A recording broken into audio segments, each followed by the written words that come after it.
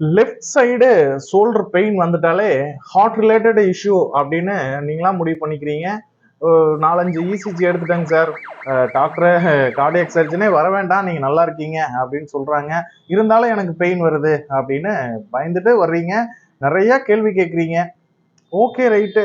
இந்த டவுட்டுக்கெல்லாம் காரணம் ஹார்ட்ல சம்திங் ஏதோ இஷ்யூ இருக்குன்னு நீங்களா நம்புறீங்க. இசிஜி எக்கோ எடுத்துட்டாலும் இல்ல சம்திங் ஏதோ ப்ராப்ளம் இருக்கு, இசிஜியில் தெரில போல அப்படின்னு.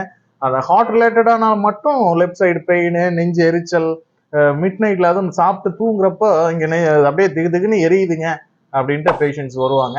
இதுக்கெல்லாம் காரணம் ஆசிட் ரிஃப்ளெக்ஷனால அந்த மாதிரி பெயின் வரலாம், இல்லை ஹச் பைலோரி இன்ஃபெக்ஷனால பெயின் வரலாம், அஜீரண கோளாறு ஆசிட் ரிஃப்ளெக்ஷனால இந்த பெயின் வரலாம். அது இல்லாமல் மேபி சர்விக்கல் மசில்ஸுங்க, அது மஸ்குலார் ஜெனிக் பெயின் அப்படின்னு சொல்லுவோம். சர்விக்கல் மசில் இருக்கனால சர்விக்கோஜெனிக், சர்விக்கல் மசில் இருக்கிற டைட்னஸ்னால இங்கே பெயின் இருக்கும். லெஃப்ட் சைடு ஷோல்டரில் பெயின் இருக்கும். அந்த பெயின் ஃபுல்லாகவே கீழே ரேடியேட் ஆகும்.